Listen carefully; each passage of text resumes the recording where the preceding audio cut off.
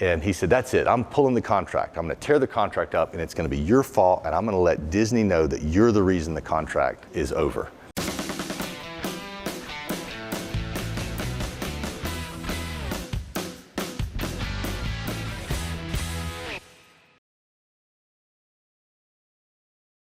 This is probably one of the toughest interactions I ever had. We were doing union negotiations. This guy Carl was genuinely an old school, like gangster Chicago guy that ran our contract.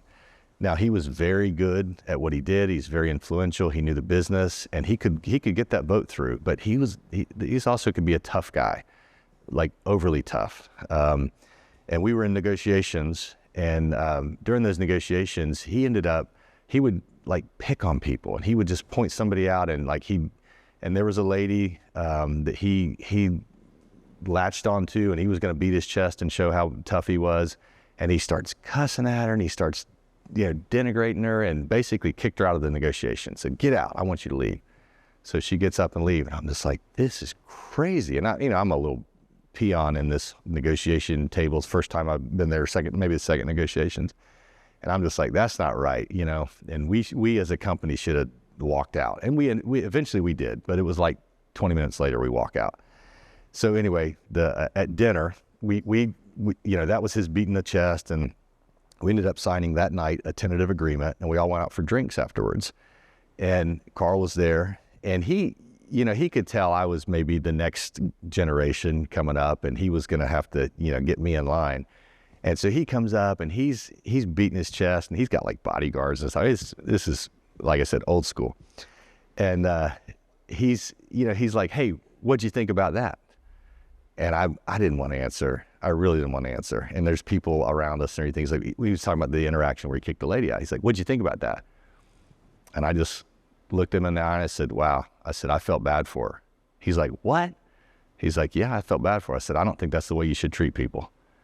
And he looked at me, and all of a sudden, suddenly I was confronting his, this moral dilemma of the way you treat people, and the way you value people and the way you shouldn't treat people. And he gets so pissed. I mean, he's like, "I'm going to kick your ass." And he's in and I'm just standing there. I'm like, "Carl, do what you need to do." And he said, "That's it. I'm pulling the contract. I'm going to tear the contract up, and it's going to be your fault. And I'm going to let Disney know that you're the reason the contract is over." And I said, "Carl, you do what you need to do." I said, "I think that's a mistake." I said, "I think we have a good agreement." I said, "But you do what you need to do." And so eventually he calms down, and he does his show, and he pulls me off to the side. "All right, let's talk. Let's have a conversation. Hey, listen, man, we got to get along. And I said, "Yeah, I'd be glad to get along." Yeah, that was hard. That was really, really hard. And I remember calling Mady, and I said, "You know what? I may have just flushed my career down the toilet, because, by the way, a peer, when we left, told me you just flushed your career down the toilet."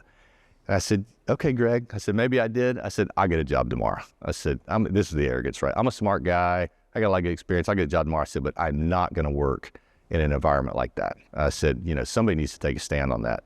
"Well, you're young and you have a good education. I can't do that stuff. I can't go find a job." And I'm like, "Whatever, that's your issue." I said, "But that was wrong, and somebody needs to stand up to it." So I think when you find yourself in those situations, try to do it as appropriately as you can. Try to I was trying to let Carl save face and not, be in his face and be as humble as I can. But by the same token, if it's crossing a moral standard or an ethical standard, I think you just have to say, "Nope, it's not on my watch," right? I don't want to live with that. I feel better putting my career at risk and thinking back about the way I handled that than if I had just said, "You know what, I'm going to swallow that and let it go."